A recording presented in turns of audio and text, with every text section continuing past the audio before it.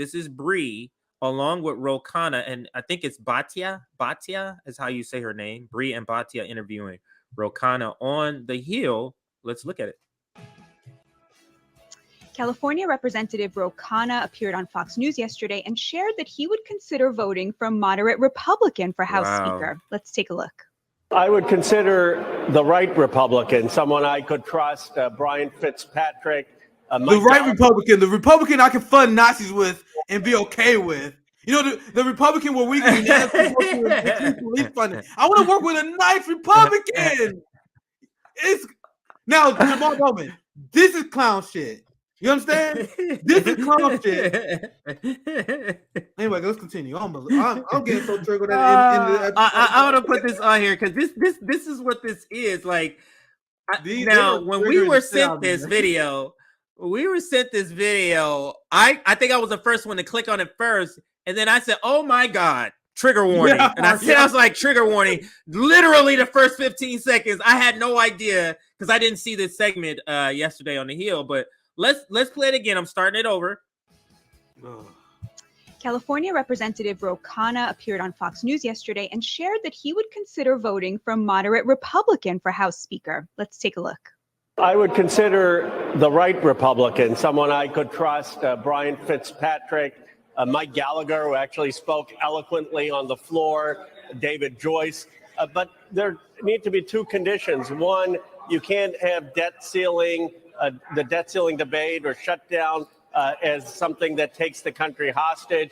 And two, there'd have to be some agreement on subpoena power. But I'm his ask, the progressive, the other ask. Now they're like, look at they're mad at the ask we want for force of vote. It's nothing. His ask is subpoena power. Are y'all gonna say anything about that? One of his asks is subpoena power. Why isn't it something for the people? It's subpoena power so they can go back and forth. Now he's gonna tip off why he wants the subpoena power in just a second here. But yeah, let's listen. I'm open to a Republican who could work to put the interests of the American people first. Representative Khanna joins us now to discuss. Welcome, Congressman. Thanks for having me. Happy New Year. Happy New Year. So for those of us who were interested in these leverage opportunities back in the force the vote realm, it's really nice to hear you talking about this kind of concretizing list of asks that the left, that progressives, that Democrats could get out of the obstruction that's happening right now in Congress. You know, you've mentioned the debt ceiling. AOC mentioned, I believe it was yesterday, that there could be some committee appointments that come out of this. How likely do you think it is that you'll get those kinds of concessions? And if it's likely, why not run up the score and try to get as much as possible in this moment? Well, I do agree with you, Brianna. We should try to run up the score. And the biggest thing would be if we could get 6 Republicans to vote for Hakeem Jeffries. And let's see, but that should be the first goal to try to get the Republicans to vote for Hakeem.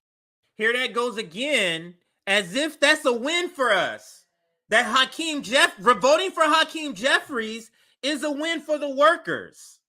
That's what they're trying. That's what he spins here. But let's continue. I don't want to dwell on that point.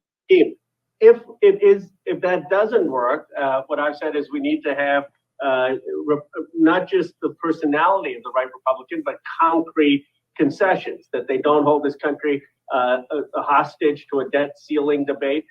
As it is, there are people on the far right talking about not raising the debt ceiling. That would be catastrophic for the world economy, that they commit to not shutting down the government, that there are equal appointments on the committees so that we have equal subpoena power and can shut down frivolous investigations. So the ask in this negotiation is to shield the president, because what investigation they're going to shut down while he wants subpoena? You see how it's coming out? Yeah. So the ask that they want in order for them to vote for a Republican is to protect Joe Biden from the Hunter Biden investigations. And that's our progressive, Nick. Just astonishing to me. Let's continue. These are all things that we should demand. It's so great to see you. Last time you were here, I said that you sounded more like an America First populist than like a Democrat, and you made fun of me and laughed at me and said that. He sounds like, she basically said you sound like a Republican, and you laughed at me. Go ahead. Were you gonna say something, Nick? She like, bro, you preaching some mad communism right now, bro. Let me Man, rewind it. Was you wrong? Man, was you wrong? Because he pushes back on that. Let me rewind it so you can hear the whole thing. A first populist than like a Democrat, and you made fun of me and laughed at me and said that I was erasing your whole progressive record. But I think I'm being somewhat vindicated here. Is there? She's saying she's being vindicated for what she's called you, Khanna.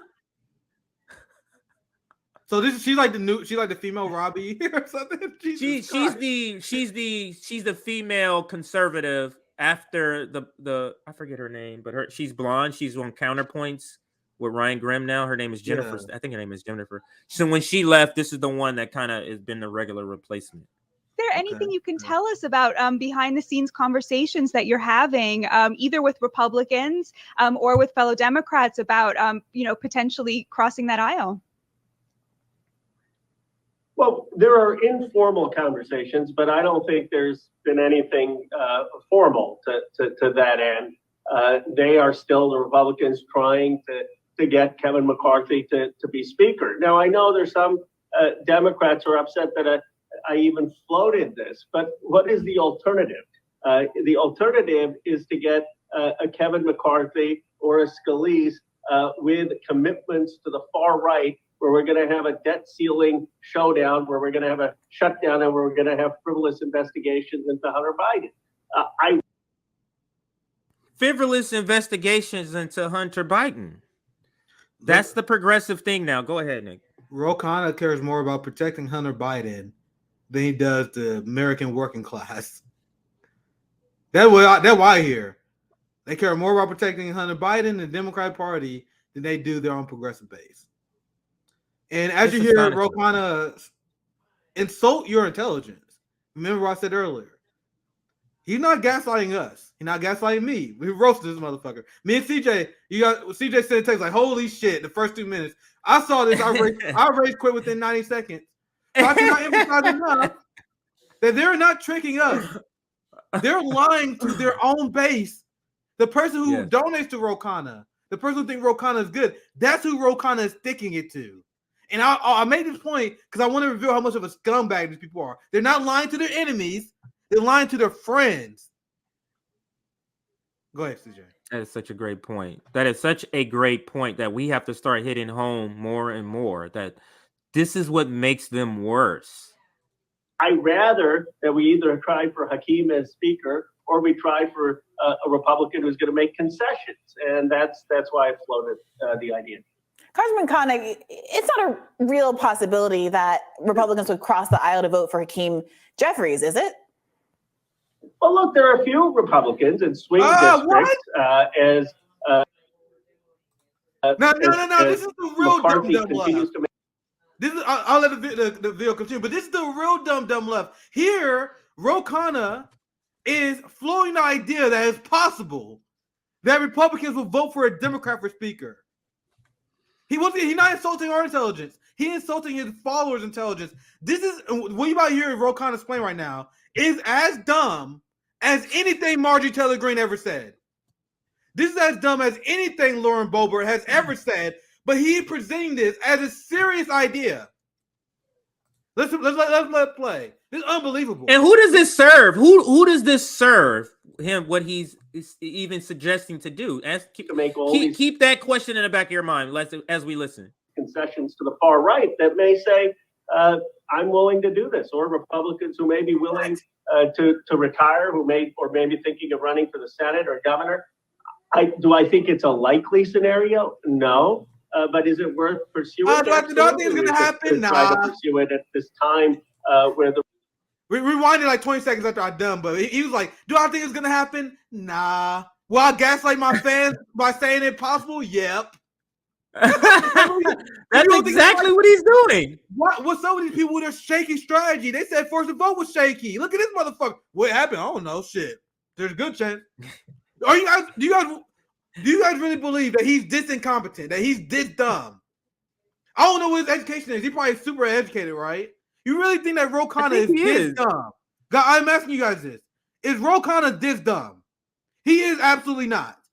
He is here to trick you. He's smart enough to know he's in Washington. He knows Republicans are not going to vote for a Democrat. That will be career suicide. Hell, I saw a segment where even Morning Joe acknowledged this, CJ. They said we know that no Republican's going to vote for a Democrat. Everyone knows that except Ro Khanna, apparently. Going back to the point that I make on the show all the time, you know how Pramila Jayapal is meant to lose? Pramila Jayapal is meant to be dumb. AOC is meant to be incompetent. That is Ro Khanna doing right now. This smart Silicon Valley living. He's super intelligent. I don't know his college, but I know this dude's smart as hell. But he wants you to believe that he really thinks that Republicans would do that. As dumb, Ro Khanna and the progressives, AOC and them, they are as dumb as Marjorie Taylor Greene. They are as dumb as Lauren Boebert. They are as dumb as Matt Gaetz. The dumb Republicans, like I said this on Jimmy's show last time I was there. Like the Republican Party at one point was considered the stupid people party. What Ro Khanna is saying here is straight up stupid. You guys understand? They are the new stupid people party. The progressives are considered the dumbasses in Washington. But go ahead, CJ. Jesus Christ. No, that's spot on. And for those who don't know, in 40 minutes, the Sabby and JB show, I just sent out the notifications through Substack. So make sure you check that out. That's in about 40 minutes. Let's continue with the video. Few Republicans in swing districts, as McCarthy continues to make all these concessions to the far right, that may say, I'm willing to do this, or Republicans who may be willing to retire, who may be thinking of running for the Senate or governor. Do I think it's a likely scenario? No. But is it worth pursuing? Absolutely. We should try to pursue it at this time where the Republican Party is really facing chaos. I mean, I ask in part because it's an interesting posture for a progressive. Chaos. Yeah, I was about to say that too. Chaos. Like yourself to be in, to be advocating for someone like Hakeem Jeffries, who has been so historically hostile to progressives in the House. Obviously, there was the big kerfuffle earlier this year, or last year rather, about the CPC, the Congressional Progressive Caucus's choice to endorse Shontel Brown over Nina Turner. Pramila Jayapal and Nina Turner both worked on the Bernie Sanders campaign, as you did. It was felt to many people to be like a betrayal of what it meant to be on the Progressive Caucus in the first place. Hakeem Jeffries has co-founded this super PAC that's aimed at defeating progressive challengers to attack Democratic incumbents from the left. And this is the person that there's an effort to generate energy around for the speakership. Is there any conversation happening about progressives using this opportunity to talk about who they would prefer to be? So this is her nicely bringing up what we talked about, how this is such a betrayal that your own white left media has content for hours talking about how Hakeem Jeffries is garbage, and now nobody's going to say anything about them voting and supporting him and propping him up as a progressive, and now Ro Khanna's doing it here. But this is just Brianna's nice way of calling him out on that. She brought up the fact that he has this super PAC, all this other stuff. So what do you mean, Ro Khanna? And let's listen to his answer, and then we can get your response after his answer. As a speaker that would better represent the interests of the left flank of the Democratic Party. As you know, Hakeem Jeffries is part of the Progressive Caucus. He has sat down with Progressive Caucus members. He sat down with all of the caucus, and he had 212 votes. It was unanimous. Now, are there areas that I am more progressive than Hakeem Jeffries? Sure, I am for Medicare for all. For Bernie Sanders, you see how progressives participate in the retelling of who Hakeem Jeffries is? This motherfucker really just pretend that Hakeem Jeffries was progressive. I'm literally laughing because, like, bro, think about how dumb Ro Khanna and AOC think their supporters are. I just can't. Like, he think his supporters are so goddamn dumb. He mentioned, Hakeem Jeffries part of the Progressive Caucus. He says that expecting you to think that he's a progressive after saying that. That's how dumb he thinks you are. Yeah. We all know the Progressive Caucus is a caucus in name only, right? Everyone knows that. 100 members? But he's one of those in-name people. That's what we have to also examine here. Absolutely. He's not one of the real progressive people. He's one of the fake ones. He's one of the people who was there by name. He's just like a Chantel Brown and a Hakeem Jeffries. How else is he supposed to answer that question when he's those people? Yes. Let's just maybe 30 more seconds and we can move on. Go ahead. Yeah, maybe 30 more seconds. Version of the bill. I am for free public college. I am for making sure that we have very, very robust protections for labor unions and organizing. No, you're really not. should have. Except for breaking a strike. Except for that part. But gotten rid of the. You see how they redefine, and you know what? I want to stop here because we do still have the Sam Cedar video. But you see how they define left by a certain topics that has been okay. Medicare for all, $15 minimum wage, and a couple of other different things. You're left now. Yep. No attachment to the war machine. No attachment to the working class. Violence. We saw Vivek talk about that. Go ahead. Well, you was on point. You were on fire. No connection to state violence. Guys, everyone except AOC, because she was the rotating hero, voted for DHS and ICE suspension. You know the thing they were calling to abolish under Donald Trump? So according to Khanna, you can vote for those things, you still leftist. Isn't that convenient? Isn't that funny? Very convenient.